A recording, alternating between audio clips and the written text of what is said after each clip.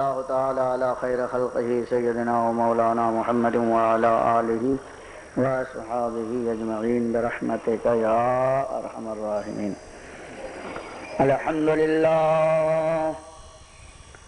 الحمدللہ نحمده ونستعینه ونستغفره ونؤمن به ونتوکل علیہ ونعوذ باللہ من شرور انفسنا ومن سیئات اعمالنا من يهده الله فلا مضل له ومن يضلله فلا هادي له ونشهد أن لا إله إلا الله وحده لا شريك له ونشهد أن سيدنا ومولانا محمدا عبده ورسوله بالهدى ودين الحق أرسله صلى الله تعالى عليه وعلى آله وأصحابه وأزواجه وذرياته وأهل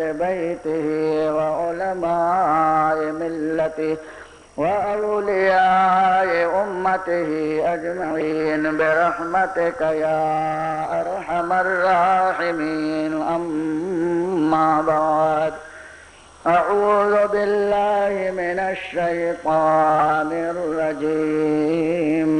بسم الله الرحمن الرحيم.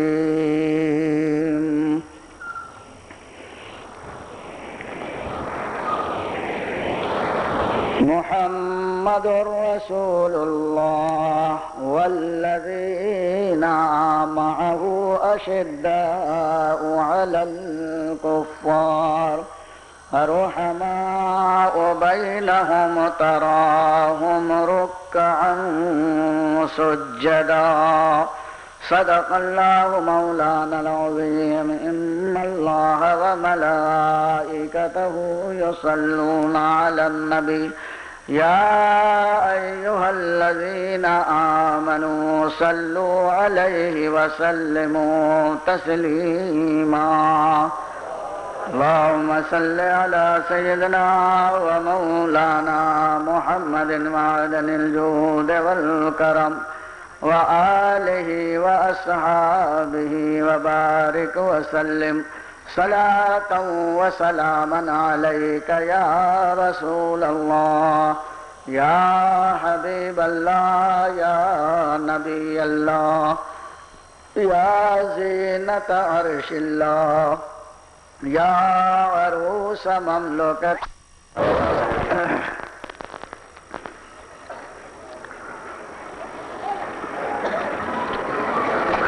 میرے دینی اور اسلامی بھائیوں،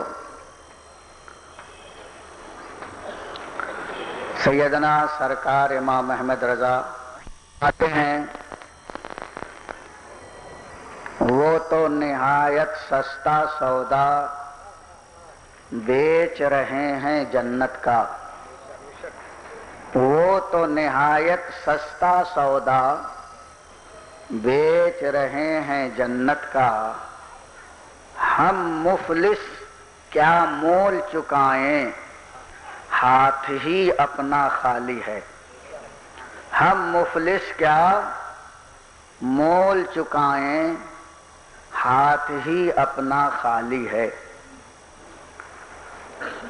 حضور اکرم صلی اللہ علیہ وسلم مالک جنت ہیں،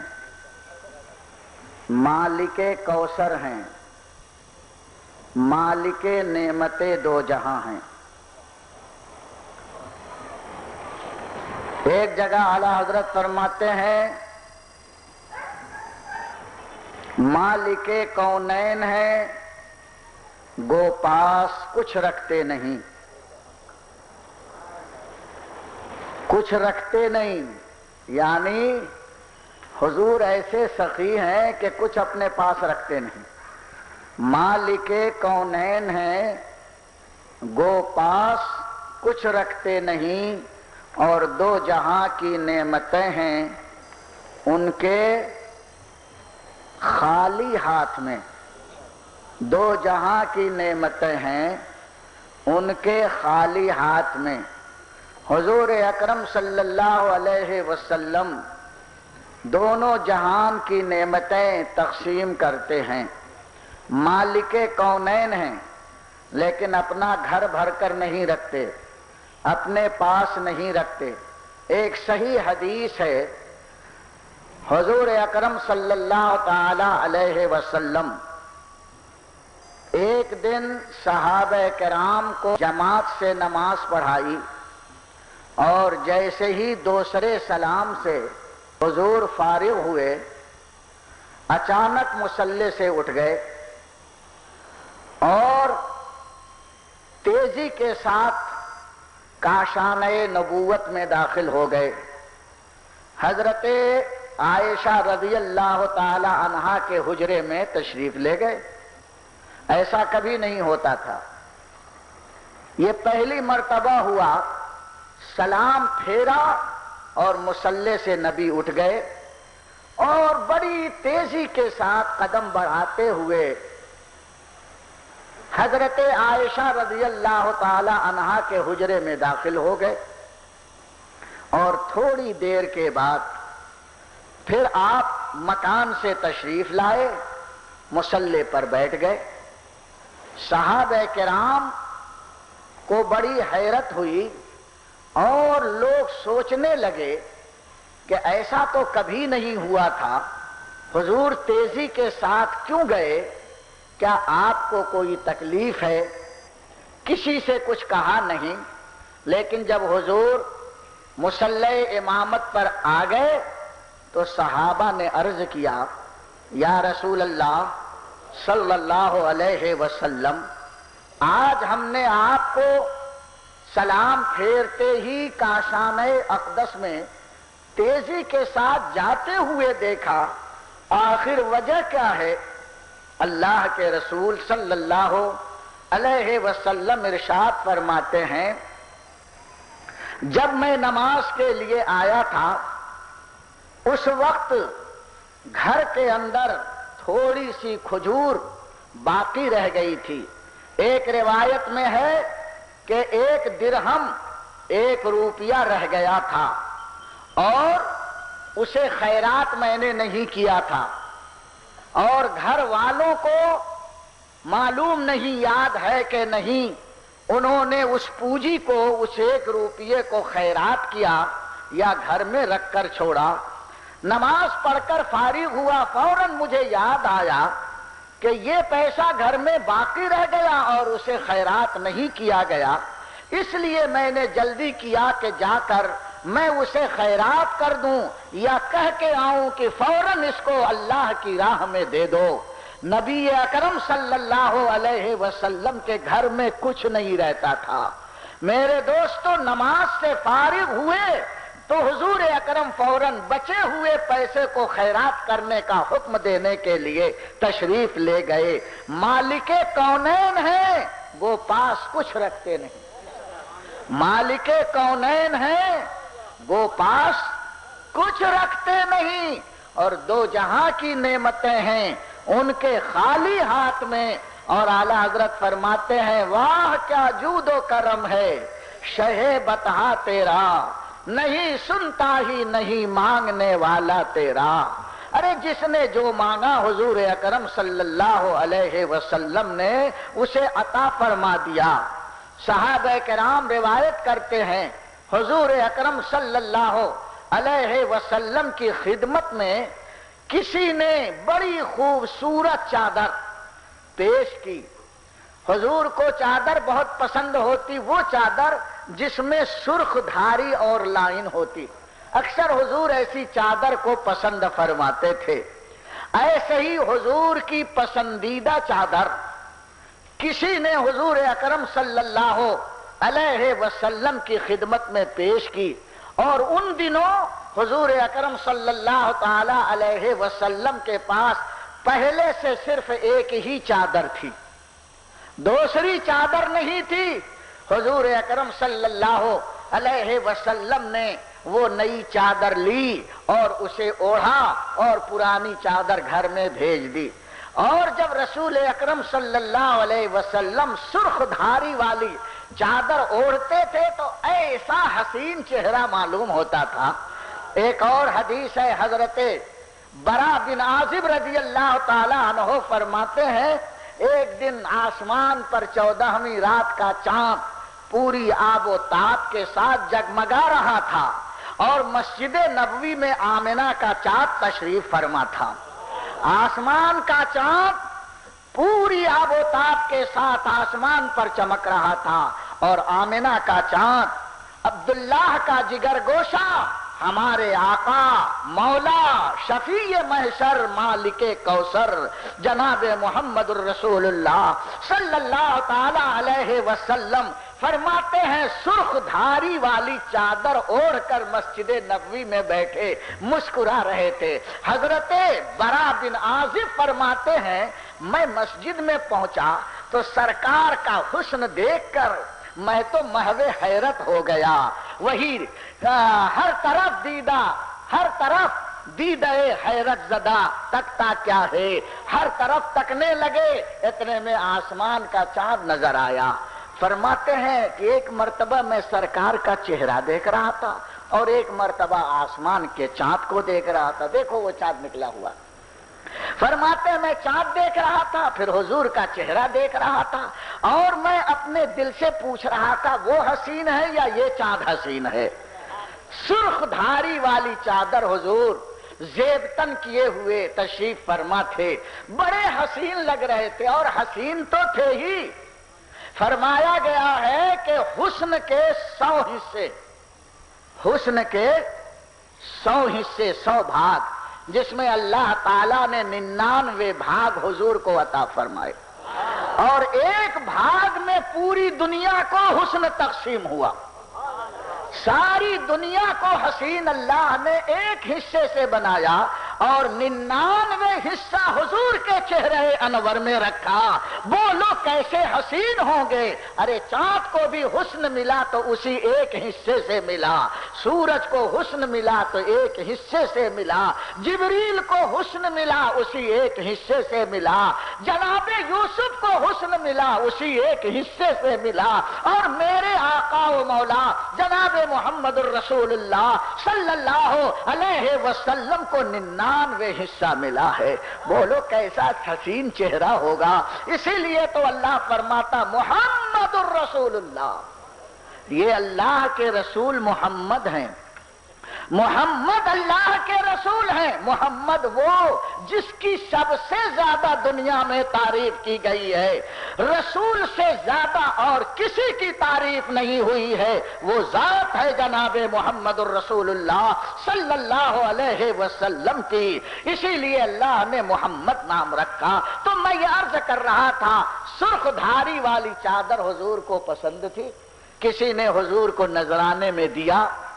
یہ بھی سنت ہے صحابہ کی کہ بزرگوں کی خدمت میں چادر کپڑے وغیرہ نذر کیے جاتے ہیں اور بزرگ اسے قبول کرتا ہے. قبول کرنا نبی کی سنت اور نذر دینا یہ عاشقوں کی سنت ہے. حضور اکرم صلی اللہ علیہ وسلم نے چادر پہن لیا.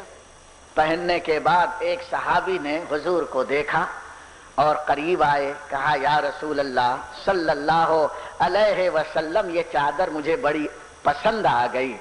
اے اللہ کے رسول یہ چادر مجھے بڑی جچ رہی ہے، اچھی لگ رہی ہے. حضور نے وہ پرانی چادر گھر سے منگائی اور یہ نئی چادر اتار کر صحابی کو دے دیا. دیکھا آپ، یہ ہے سخاوت، یہ ہے انداز. ارے مالک کونین ہیں گو پاس، کچھ رکھتے نہیں اور دو جہاں کی نعمتیں ہیں ان کے خالی ہاتھ میں. وہ رسول اکرم صلی اللہ علیہ وسلم جنت کا سودا بیچ رہے ہیں. وہ تو نہایت سستا سودا بیچ رہے ہیں جنت کا. ہم مفلس کیا مول چکائیں. ارے ہاتھ ہی اپنا خالی ہے، ہمارا ہاتھ خالی ہے، لیکن وہ رسول اکرم صلی اللہ علیہ وسلم ان خالی ہاتھ مفلسوں کو بھی نوازتے رہتے ہیں۔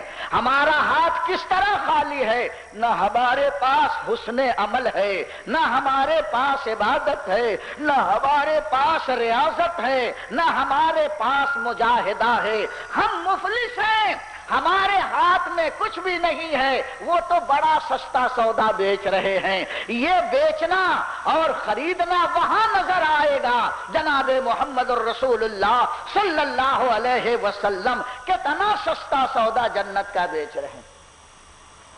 حدیث پاک حضرت سیدنا محقق علی الاطلاق محدث دہلوی رحمت اللہ علیہ مدارج النبوہ میں اس حدیث کو نقل فرماتے ہیں کہ حضور اکرم سید عالم نور مجسم جناب محمد الرسول اللہ صلی اللہ تعالی علیہ وسلم صحابہ کرام کی مجلس میں رونق افروز تھے۔ حضور اکرم صلی اللہ علیہ وسلم اچانک بیٹھے بیٹھے مسکرا دے رہے، تبسم فرمایا۔ حضرت عمر بھی موجود تھے، حضرت عمر قریب آئے، یا رسول اللہ صلی اللہ علیہ وسلم آپ نے تبسم کیوں فرمایا؟ اس لیے صحابہ جانتے تھے کہ نبی کا ہر کام ایسا ہوتا ہے کہ جس کے پیچھے کوئی نہ کوئی راز ہوتا ہے، کوئی نہ کوئی مصلحت ہے۔ حضور اگر روئیں تو مصلحت سے روئیں، حضور تبسم فرمائیں تو حکمت سے، کوئی نہ کوئی راز ہے، اور صحابہ کرام اس راز کو معلوم کرنے کی ہمیشہ کوشش کرتے تھے تاکہ ہم کو نبی کے تبسم کا جو راز ہے وہ معلوم ہو جائے۔ اللہ کے رسول سید عالم صلی اللہ علیہ وسلم ارشاد فرماتے ہیں، اے میرے صحابہ سنو، اللہ نے قیامت کا منظر میرے سامنے پیش کیا۔ قیامت ہوگی لیکن اللہ قیامت کا منظر اپنے محبوب کو دکھا دیتا تھا۔ یہ منظر دیکھ لو، اللہ کے رسول تک کے دو شخص پیش کیے جائیں گے، ان کا حساب و کتاب اللہ لے گا، تو اس میں سے ایک شخص آگے بڑھے گا اور دوسرا شخص سامنے کھڑا ہوگا۔ یہ آگے بڑھنے والا خدا کی بارگاہ میں نیاز مندانہ عرض کرے گا، اے مولا یہ جو آدمی کھڑا ہے اس پر میرا حق آتا ہے، میرا حق اس سے دلا دے۔ اللہ رب کائنات اس آدمی سے کہے گا اس کا حق دے، وہ کہے گا مولا میں کس طرح اس بے بسی کے عالم میں اس کا حق دوں؟ اللہ فرماتا ہے حقوق العباد جب تک کہ تو اس کا حق ادا نہیں کرے گا جنت میں نہیں جائے گا۔ حق ادا کر، دنیا میں تو نے اس کا حق لیا ہے، اس سے پیسے لیے ہیں، اس کا تم نے جو بھی وعدہ کیا ہے پہلے اسے ادا کرو۔ حق العباد وہ چیز ہے میرے دوست کہ بغیر بندے کے معاف کیے ہوئے وہ معاف نہیں ہوتے۔ اللہ اپنا حق تو معاف کر دے گا، لیکن جو بندے کا حق بندے پر ہے اللہ تعالیٰ اسے معاف نہیں فرمائے گا، بلکہ فرمائے گا اس بندے کو راضی کر، لیکن وہاں کوئی راضی ہونے کے لیے تیار نہیں ہوگا، اس لیے کہ بندے کے پاس نہ روپیہ ہوگا، نہ زمین ہوگی، نہ کارخانہ ہوگا، اور یہاں جو حق تھا یہ روپیے پیسے کا حق تھا، وہ حق کیسے ادا کرے؟ تو اس کی صورت قیامت میں یہ ہے کہ جس پر کسی کا حق ہے اس کی نیکیاں اس کو دے دی جائیں گی۔ اللہ تعالیٰ فرمائے گا اس کا حق ادا کر، فرشتے آئیں گے، اللہ فرمائے گا اس کے نام اعمال میں جتنی نیکیاں ہیں وہ سب حق والے کے نام اعمال میں داخل کر دو۔ اس بیچارے کی ساری نیکیاں چھین لی جائیں گی، اور دنیا میں جس کا حق اس نے دبایا تھا سب اس کو دے دی جائیں گی، لیکن ابھی اس کا حق پورا نہیں ہوا ہوگا۔ یہ بندہ کہے گا مولا ابھی تو میرا حق پورا نہیں ہوا ہے، انصاف دلا دے، میرا حق دلا دے۔ اللہ فرمائے گا بندے اس کا حق دے، کہے گا مولا اب تو میرا نام اعمال نیکیوں سے خالی ہو گیا، اب کیا کروں؟ تو اللہ تعالیٰ اس حق والے سے پوچھے گا بول اب اس کے پاس تو نیکی نہیں ہے، اب کیا لے گا؟ تو یہ حق والا بولے گا اے اللہ میرے جو گناہ ہے اسے دے دے، میرے جو گناہ ہے یہ اس کے سر ڈال دے۔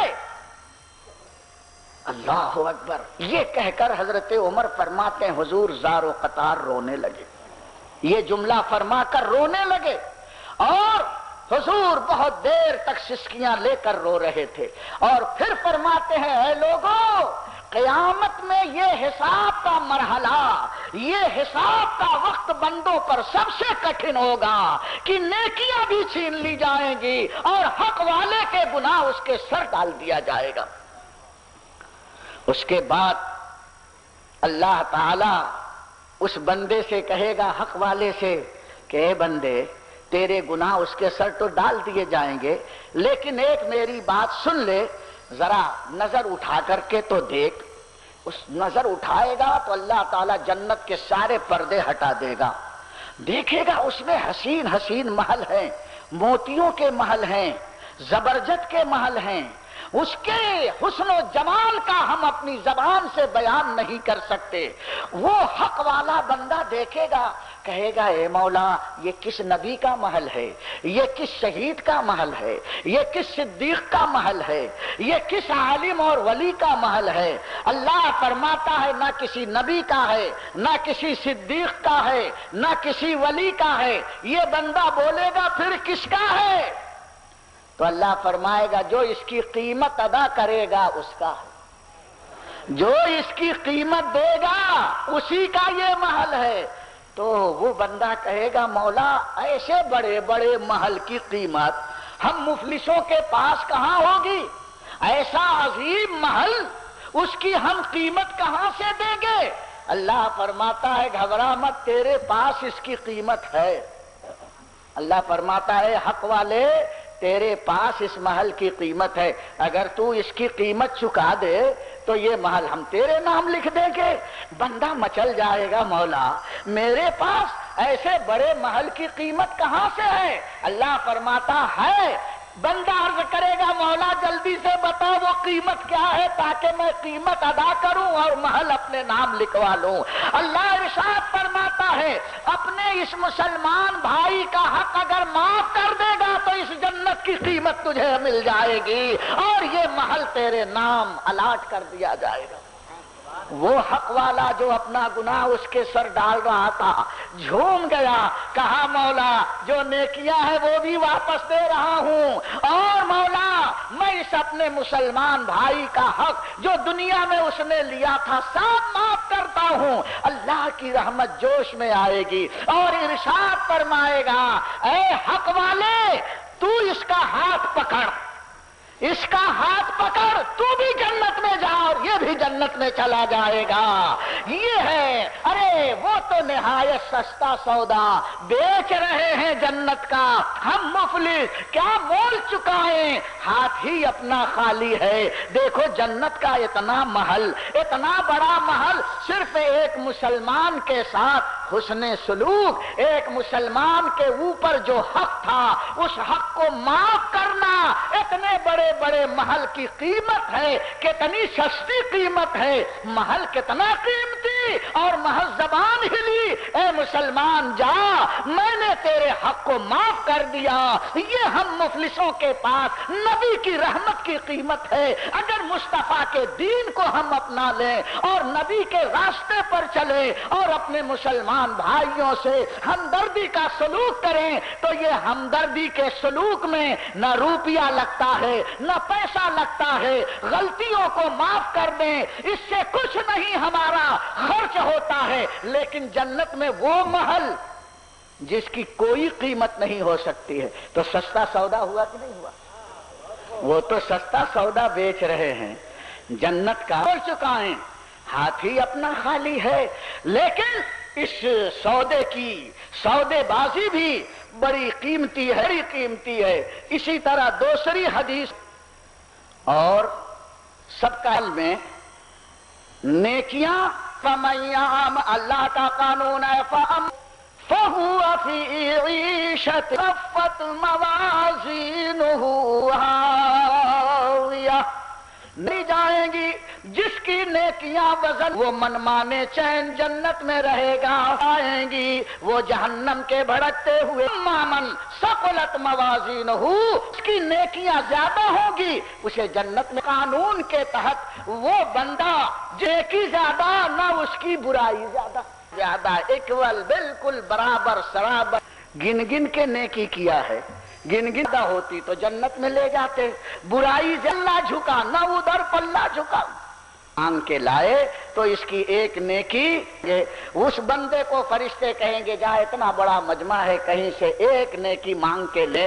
ابا تھے، اماں، بھیا کرتے تھے، کشمیر گھومتے تھے اور 1,00,000-2,00,000 ڈونیشن نہیں مانگ رہے، آس لگا کر میدان محشر میں دوڑتا ہوں۔ کون ہے تو؟ بولے میں آپ کا بیٹا ہوں، آپ نے مجھے دودھ پلایا، نہیں جانتے؟ کہا دنیا میں میرا کوئی بیٹا ہی نہیں تھا۔ حدیث میں آیا ماں بیٹے کو بھول جائے گی، باپ اولاد کو فراموش کر جائے گا۔ بولو کتنا کٹھن وقت ہوگا، جن سے ہم کو آس ہے وہیں سے ہم نراش ہو جائیں، جن سے ہماری امیدیں ہیں وہیں سے امیدوں کی رسی کٹ جائے، دوستو اور کوئی سہارا نہ ہو، ماں کہے گی ہٹ جا، جھوٹ بولتا ہے تو میرا بیٹا نہیں ہے، باتیں بنا رہا ہے، ڈانٹ کھا کر فوراً بھاگے گا ابا کہاں ہیں، ابا بھی ملیں گے، والد صاحب آپ کا بیٹا بڑا سعادت مند تھا، ایک نیکی چاہیے عنایت فرما دیجئے۔ کہا تو کون ہے؟ کہا میں آپ کا صاحبزادہ، لخت جگر، نور نظر اور سب کچھ ہوں میں آپ کا۔ تو کہنے لگا جھوٹ بولتا ہے تو میرا بیٹا نے، بھاگ یہاں سے، ایک نیکی نہیں۔ جب ماں باپ نے دھتکار دیا تو اور کون دینے والا ہے؟ بولو اس کی کتنی درگت بنی ہوگی، پورے میدان محشر میں دوڑ دھوپ کر رہا ہے، حالت پتلی ہو گئی، کوئی ایک نیکی دینے کے لیے تیار نہیں ہے۔ ایک بیچارہ لائن میں حساب کتاب دینے کے لیے مسلمان کھڑا تھا، اس کی حالت دیکھ کر اس کو بڑا ترس آ رہا تھا، لیکن اس نے اپنا نامہ اعمال دیکھا تو صرف ایک ہی نیکی اس کے نامہ اعمال میں تھی۔ وہ سوچنے لگا یہ اتنے بڑے نیکی کا مالک ہے کہ نیکی اور بدی دونوں برابر ہے، 10 کنٹل یہ ہے تو 10 کنٹل وہ ہے، میرے ہاں تو 10 کا 20 کنٹل نیکی برائی ہے، 1 گرام نیکی ہے، جب یہ نہیں بچ پا رہا ہے تو میرا کیا حال ہوگا؟ دل میں اس نے فیصلہ کر لیا کہ جہنم میں میری سیٹ جو ہے کنفرم ہو گئی، اب تو میں جہنم میں جانے ہی والا ہوں، ایک نیکی مجھے نہیں بچا سکتی۔ اس مایوسی کے عالم میں یہی سوچ کر اس نے اس پریشان حال اپنے مسلمان بھائی کو آواز دیا، ادھر آ۔ وہ دوڑتا ہوا آیا، کیا ہے بھائی؟ کہنے لگا کیوں پریشان ہے؟ اس نے اپنا سارا قصہ بیان کیا، یہ حال ہے، ترازو کھڑا ہے، ایک نیکی چاہیے بھیا، اگر ایک نیکی مل گئی تو میری نجات کا پروانہ مل جائے گا، خدا نے وعدہ کیا ہے ایک نیکی مانگ کے لا تجھے ہم بخش دیں گے، جنت عطا کر دیں گے، اور ایک نیکی کوئی دیتا نہیں، اماں تک نہیں دے رہی ہے، ابا نہیں دے رہے ہیں، بھائی نہیں پوچھ رہا، سب نے نظر پھیر لی، انکار کر دیا، رشتہ داری سے انکار کر دیا ہے۔ اب میرا حال یہ ہے کہ اس میدان محشر کی سختیوں میں دوڑ دھوپ کر رہا ہوں اور ایک نیکی ہاتھ نہیں آ رہی۔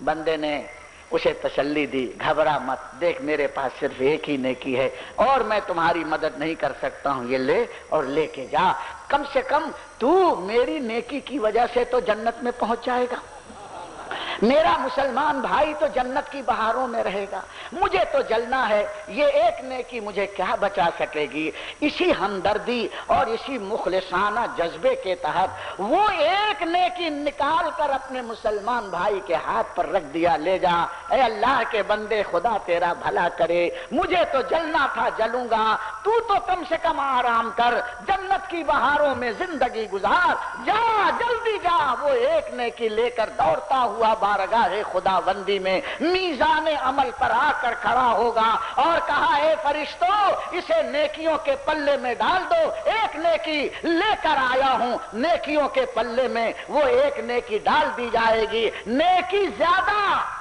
برائی کم، قانون خداوندی پکارا اسے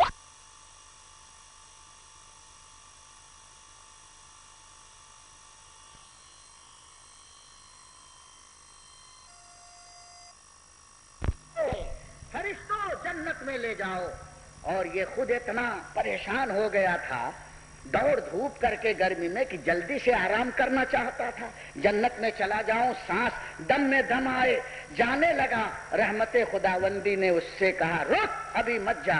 کہا مولا تیرا وعدہ پورا ہو گیا اب جانے دے. کہے گا نہیں, ایک میری بات اور سن لے. اچھا یہ بتا کہ یہ نیکی کہاں سے لایا؟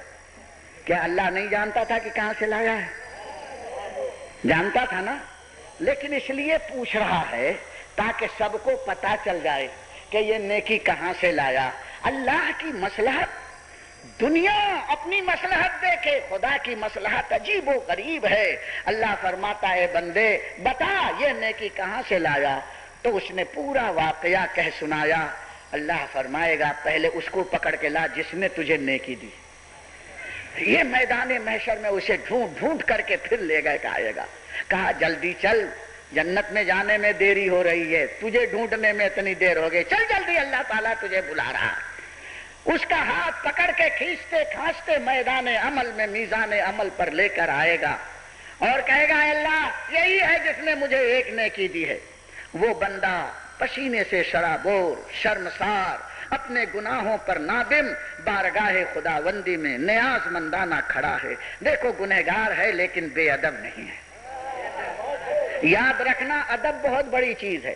گنہگار ہے لیکن ادب والا ہے, اور بہت بڑی نیکی کر لے اور بے ادب بن جائے تو تباہ ہو جاتا ہے. اور گناہ پر گناہ کیا تھا لیکن سر نیچے کیے ہوئے ہے, غرور اور نخوت نہیں ہے, زبان دراز نہیں ہے, بے ادب نہیں ہے, سراپا ادب بن کر کھڑا ہے. اللہ فرماتا ہے بندے ایک ہی نیکی تو تیرے نام اعمال میں تھی. کہا ہاں اے اللہ, پھر کیوں دے دیا؟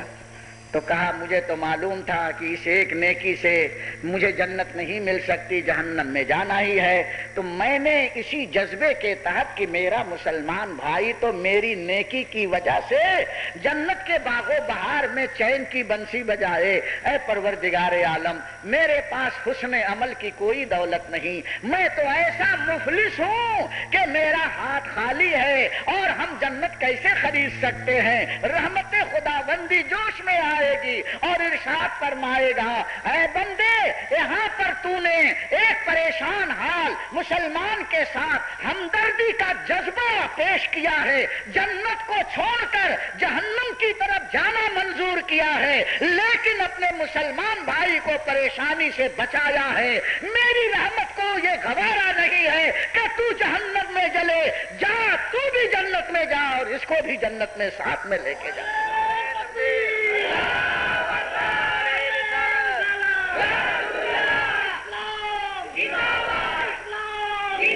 یہ تو نہایت سستا سودا بیچ رہے ہیں جنت کا, وہ تو نہایت سستا سودا بیچ رہے ہیں جنت کا. ہم مفلس کیا مول چکائیں, ارے ہاتھ ہی اپنا خالی ہے. دیکھو کیسے کیسے مفلس جنتی بن رہے ہیں, کوئی حسن عمل نہیں ہے, لیکن مسلمان کے ساتھ ہمدردی کا جذبہ اگر بیدار ہو جاتا ہے تو وہی ہمدردی کا جذبہ اسے جنت میں لے جانے کی ضمانت بن جاتا ہے. خدا کی قسم اللہ کے رسول صلی اللہ علیہ وسلم نے جنت کا حاصل کرنا مسلمانوں پر بڑا آسان کر دیا اور ہم نے اس کو مشکل بنا دیا.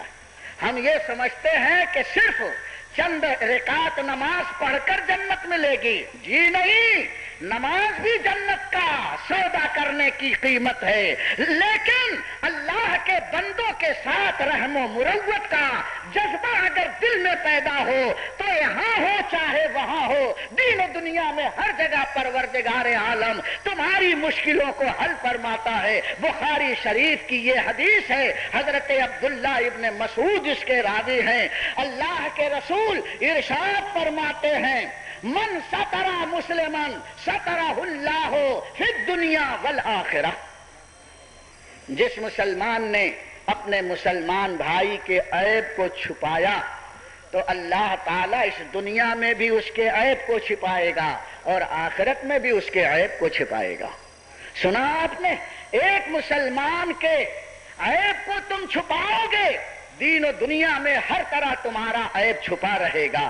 آج مسلمان اس سنت نبوی اور فرمان نبوی کے سائے میں اگر زندگی گزاریں اور یہ طے کر لیں ہم ہزار عیب اپنے بھائی کے دیکھیں گے لیکن اپنی زبان سے ہم نہیں کہیں گے۔ ارے تم اگر عیب بیان کرو گے تو میں عرض کرنا چاہتا ہوں کیا اس کے عیب کی سزا اور بدلہ دینا تمہارے بس میں ہے؟ ارے وہ تو جانتا ہے وہ چاہے بدلہ دے نہ دے، تمہیں بیان کر کے اسے رسوا اور ذلیل کرنے کی کیا ضرورت ہے؟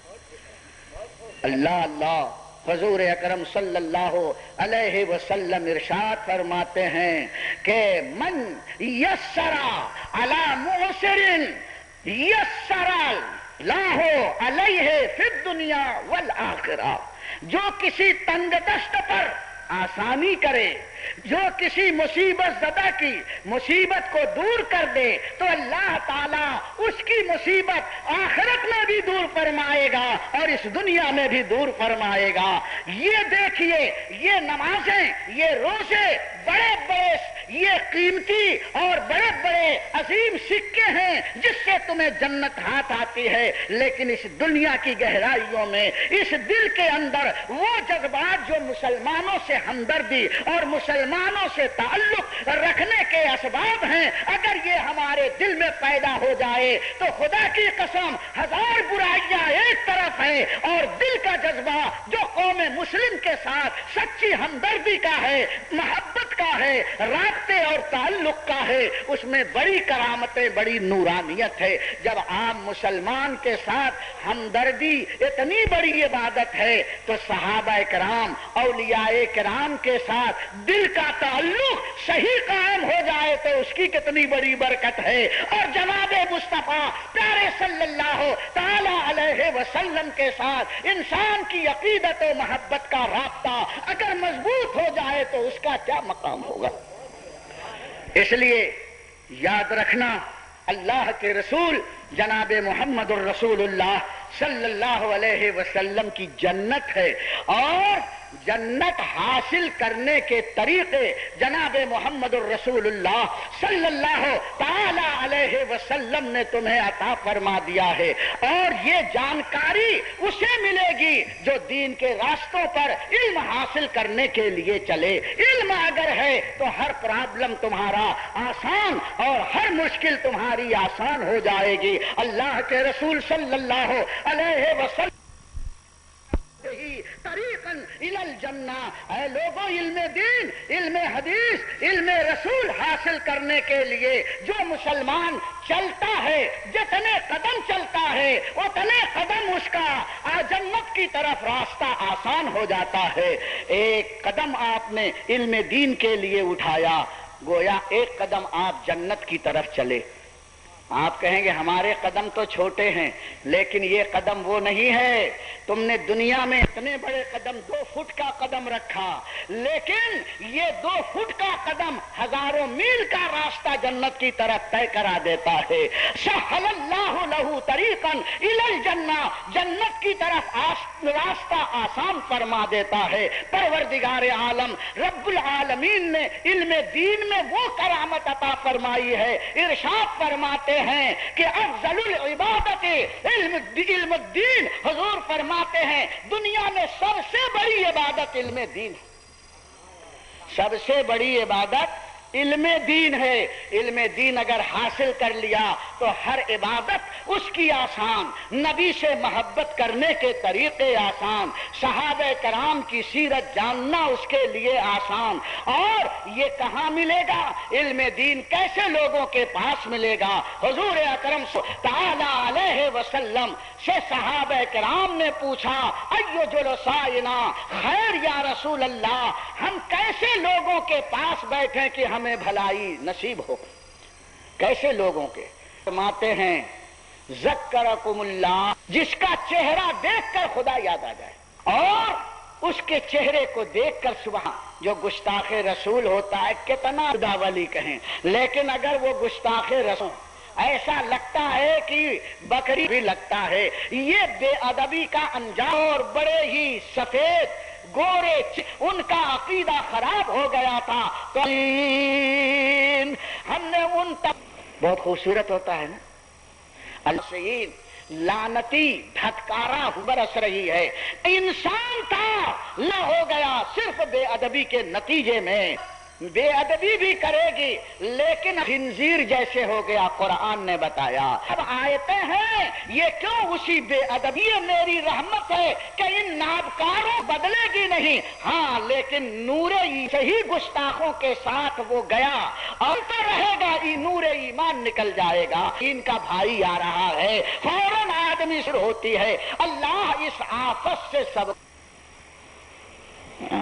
درود پاک پڑھ لیجئے، اللہم صلی علی سیدنا و مولانا محمد وعلی آلہ و صحابہ وبارک وسلم صلاۃ و سلاما علیک یا رسول اللہ۔ تو حضور اکرم صلی اللہ تعالی علیہ وسلم کے ساتھ ادب و احترام کا نتیجہ یہ ہوتا ہے کہ چہرے چمکدار ہو جاتے ہیں، اور حضور کی بے ادبی کا نتیجہ یہ ہوتا ہے کہ چہرے کا حسن بگڑ جاتا ہے اور اللہ کی لعنت میں وہ گرفتار ہو جاتا ہے۔ حضور اکرم صلی اللہ تعالی علیہ وسلم کے زمانے میں بھی ایسے لوگ تھے، کیسے ایمان لائے اور حضور کی بے ادبی کو سمجھتے تھے کہ اس میں کوئی بات نہیں ہے، وعدہ نہیں ہے، اگر کسی نے کہہ دیا حضور کو ایسا ویسا تو انہیں کوئی نہ غصہ آئے، نہ رنج ہو، نہ تکلیف ہو۔ ایک شخص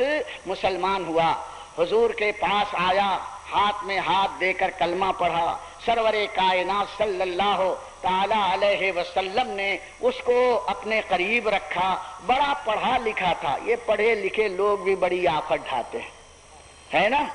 ہم نے کسی شاعر کا شعر بہت پہلے پڑھا تھا، وہ اندھیرا ہی بھلا تھا جب قدم راہ پہ تھے، وہ اندھیرا ہی بھلا تھا جب کہ قدم راہ پہ تھے، روشنی لائی ہے منزل سے بہت دور مجھے، روشنی لائی ہے منزل سے بہت دور مجھے۔ علم روشنی ہے جو منزل کے قریب کرتی ہے، لیکن آج کا پڑھا لکھا گنبد خضرا جو ہمارے ایمان کی منزل ہے اس سے دور ہو جایا کرتا ہے۔ حضور اکرم صلی اللہ علیہ وسلم نے کہا چل کاتب وحی بن جا۔ حضرت جبریل جو وحی لے کر آتے تھے وہ حضور بتاتے تھے تو یہ لکھتا تھا۔ کئی کاتب تھے، ان میں سے ایک کاتب وحی ابن حنتل بھی تھا۔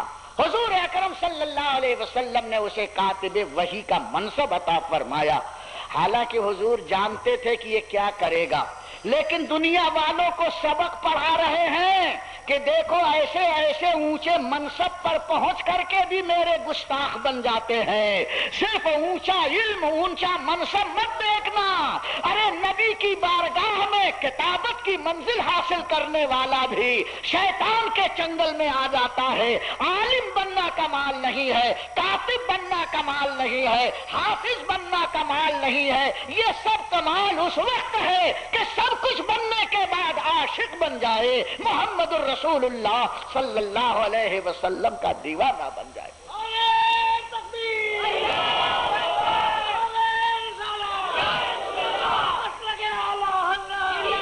اس کے سامنے اس کی دو بادیاں تھیں، یہی ابن حنتل تھا کہ اس کے سامنے اس کی دو یہودی باندیاں تھیں۔ رات کو جب حضور کے پاس سے آتا تھا تو یہ اشعار پڑھتی تھیں، گانے گاتی تھیں، یہ چھپ کر کے کیواڑ بند کر کے اور اپنی باندیوں سے گانے سنتا تھا، اور چونکہ وہ یہودن تھی، حضور کی دشمن تھی، تو ایسے ایسے اشعار پڑھ دیتی تھی جس میں حضور کے ساتھ بے ادبی اور گستاخی کا انداز تھا۔ یہ شخص مسلمان ہونے کے بعد بھی جھومتا تھا، ماشاءاللہ ماشاءاللہ۔ ارے بزرگوں کی بے ادبی پر تم ماشاءاللہ سبحان اللہ کہو گے تو اس کا انجام وہی ہوگا جو ابن حنتل کا ہوا ہے۔ یاد رکھو اللہ کے رسول صلی اللہ علیہ وسلم تو کچھ نہیں بولے، لیکن کچھ دنوں کے بعد بھانڈا پھوٹا کہ یہ آدمی دن بھر نبی کی خدمت میں رہتا اور رات کو ایسے اشعار سن کر جھومتا ہے جس میں حضور کی بے ادبی ہے۔ حضرت عمر کو معلوم ہوا اور اسے بھی معلوم ہوا کہ عمر کو پتا چل گیا، راتوں رات سب سامان لیا اور مدینہ چھوڑ کر مکہ بھاگا۔ حضرت عمر تلاشی کرتے رہ گئے، بھاگ گیا تو بھاگ گیا، جو گیا گستاخ اگر تمہاری برادری سے گیا تو اللہ کا شکر مناؤ کہ گیا، اچھا ہوا۔ تکلیف نہیں ہونی چاہیے کہ میرا بھائی چلا گیا، میرا فلانا ماموں چلا گیا، بھتیجا، ارے ناپاک تمہارے گھر سے نکل گیا یہی سب سے اچھا ہے، تمہارے سر سے چلا گیا یہی اچھا ہے، نکل گیا۔ حضرت عمر نے خدا کا شکر ادا کیا کہ یہ گستاخ رسول مدینے کی پاک فضاؤں سے نکل گیا، اچھا ہوا۔ مکہ گیا، مکے میں وہی ابو جہل اینڈ پارٹی تھی، سب کے سب وہی کافر لفنگے تھے، ابھی وہاں مکہ فتح نہیں ہوا تھا۔ کچھ دنوں کے بعد حضور نے مکے پر چڑھائی کی، مکہ فتح ہو گیا۔ مکہ فتح ہونے کے بعد حضور اکرم صلی اللہ علیہ وسلم کی خدمت میں کفار لرزتے کانپتے آ رہے ہیں، اے یا رسول اللہ معاف کر دیجئے، بہت ہم نے گستاخی کی، اللہ کے رسول معاف کر دیجئے، بہت تکلیف دی، اے اللہ کے رسول معاف کر دیجئے، بہت ہم نے آپ کو ستایا۔ سب معافی مانگ رہے ہیں، سرکار بیٹھے ہوئے مسکرا رہے ہیں حرم میں، چلو تجھ کو معاف کر دیا، چلو معاف کر دیا، چلو معاف کر دیا۔ رحمت للعالمین کا منظر وہاں نظر آ رہا تھا، اور جسے معاف کرتے چلے جا رہے تھے قدموں پر گر کے کہتے تھے لا الہ الا اللہ محمد الرسول اللہ۔ بھیڑ ہو گئی بھیڑ۔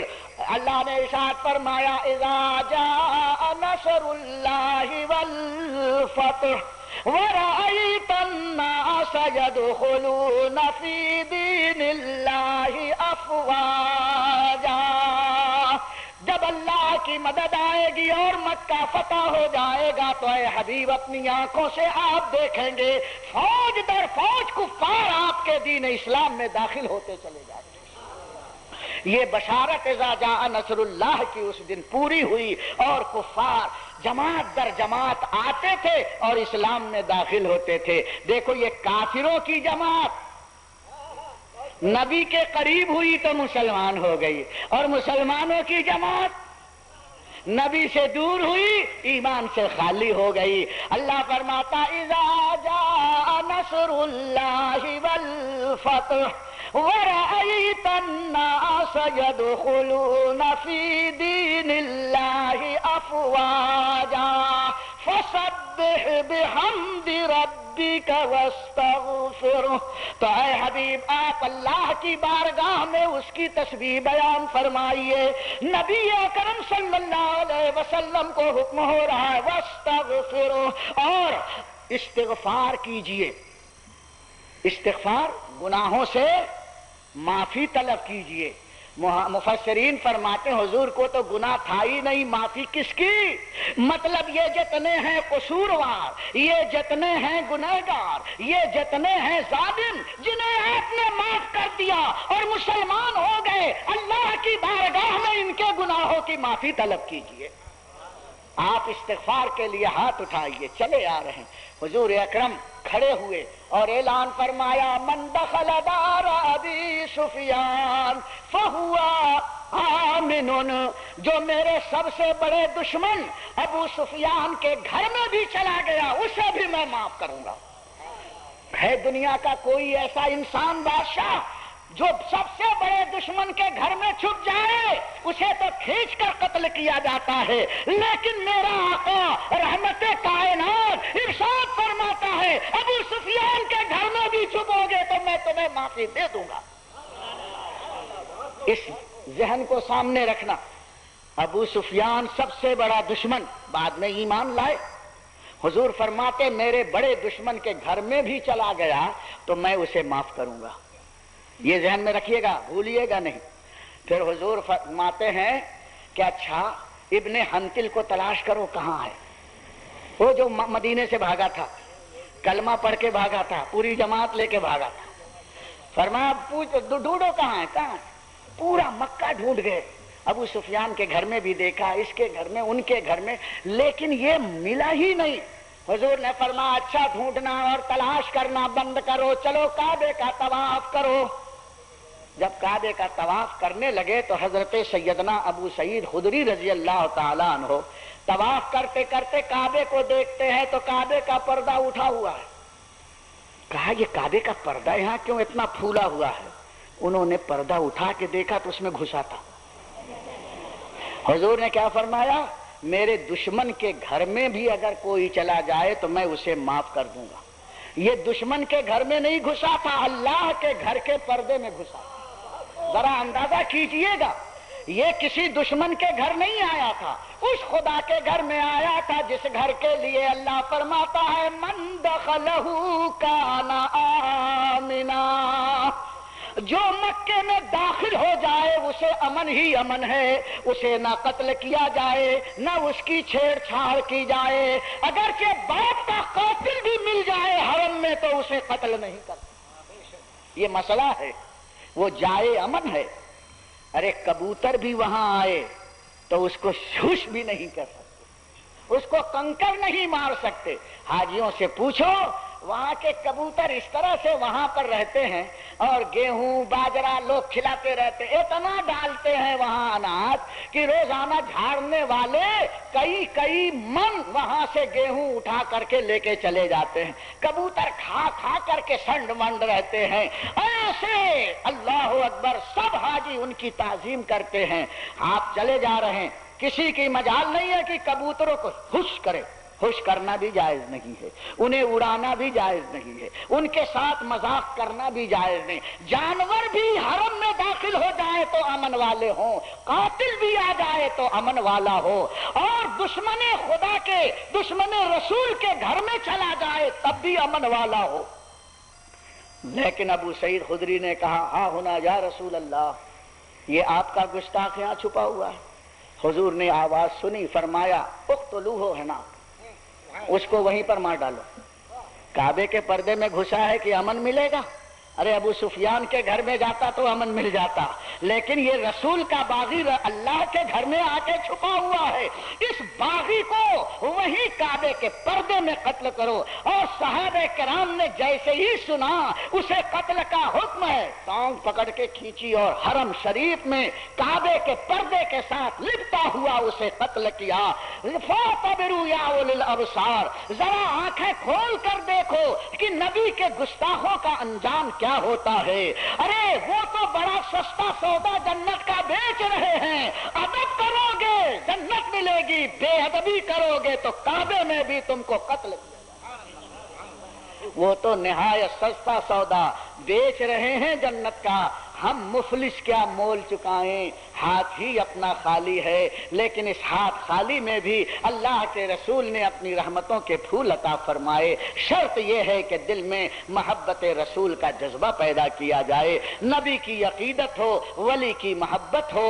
اس لیے ان رسول جن کے بارے میں فرمایا گیا محمد الرسول اللہ، سب سے زیادہ انہی کی تعریف کی گئی ہے. ہم کو بھی حق ہے کہ انہی کی تعریف کریں اور انہی کی تعریف پر جیتے رہیں، انہی کی تعریف پر موت ہو، انہی کی تعریف کرتے جنازہ چلے، انہی کی تعریف کرتے ہوئے ہم دفن کیے جائیں، اور انہی کی تعریف کرتے ہوئے ہم قبر سے اٹھیں، انہی کی تعریف کرتے ہوئے لواء الحمد میں امام احمد رضا کے ساتھ ساتھ چلے. یہ ہے جنت کا سستا سودا جو اللہ کے رسول ہمیں عطا فرما رہے ہیں. اے میرے دوستو، دین دنیا کو سنبھالنا عشق مصطفیٰ کے سائے میں، یہی ایک راستہ امن کا ہے، سلامتی کا ہے. اللہ تمہارے ایمانوں کو سلامت رکھے، عقیدت کو توانائی عطا فرمائے، دل کی دنیا میں محبت رسول کا نور آخری دم تک قائم رہے. وما علینا الا البلاغ. کھڑے ہو کر صلاۃ و سلام پڑھیں.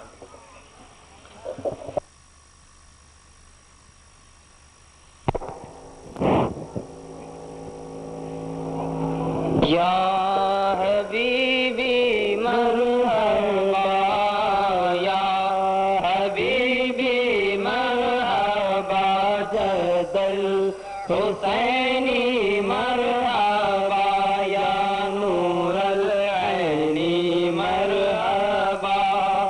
کعبے کے بدر دجا تم پہ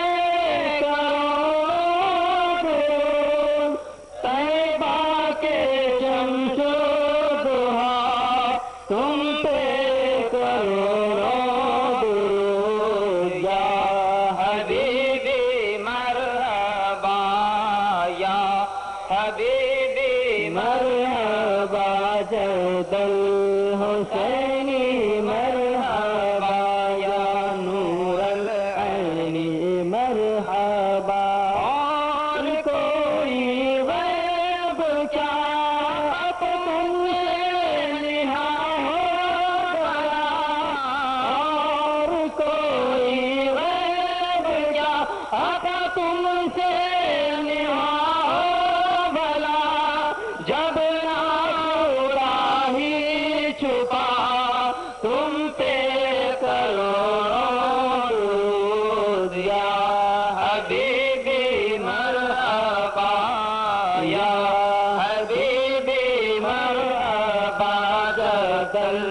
حسینی مرحبا یا نور العین مرحبا دل کرو ٹھنڈا میرا وہ کفے پا چاند سا دل کرو ٹھنڈا میرا وہ کفے پا چاند سا سینے پہ رکھ دو ذرا تم پہ کروڑوں درود یا حبیبی مرحبا یا حبیبی مرحبا جدل حسینی مرحبا یا نور العین مرحبا تم ہو حفیظ و مبین کیا ہے وہ دشمن خبیر تم ہو حفیظ و مبین کیا ہے وہ دشمن خبیر تم ہو تو پھر خواب کیا تم پہ کروڑوں درود یا حبیبی مرحبا یا حبیبی مرحبا جدل حسینی مرحبا یا نور العین مرحبا کر کے تمہارے دعا مانگے تمہاری پناہ کر کے تمہارے دعا مانگے تمہاری پناہ تم کو دامن لیا تم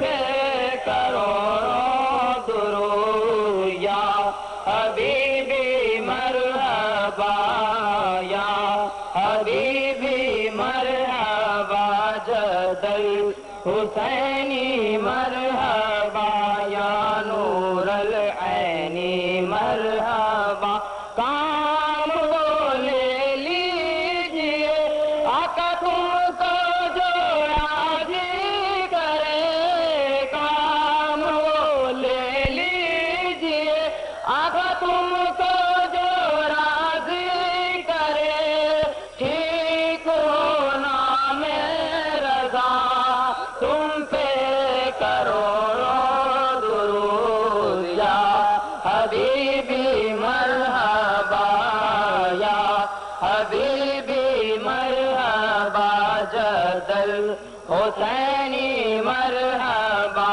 یا نور العین مرحبا السلام علیکم یا رسول اللہ دنیا حسنۃ وفی الآخرۃ حسنۃ وقنا عذاب النار یا اللہ یا رحمان اس رحمت بھری رات کو قبول فرما لے ہماری دعاؤں کو قبول فرما نیکیوں کی توفیق عطا فرما گناہوں سے بچا یا اللہ اسلام سنیت مسلک اعلی حضرت پر ثبات قدمی عطا فرما ہمیں گمراہیت بددینیت بد مذہبیت سے ہمیں بچا لے یا اللہ یا رحمان جو بیمار ہیں شفا عطا فرما جو بے روزگار ہیں انہیں روزی عطا فرما پروردگار عالم جو ہمارے بھائی اس دنیا میں اس محلے کے لوگ جو ہمارے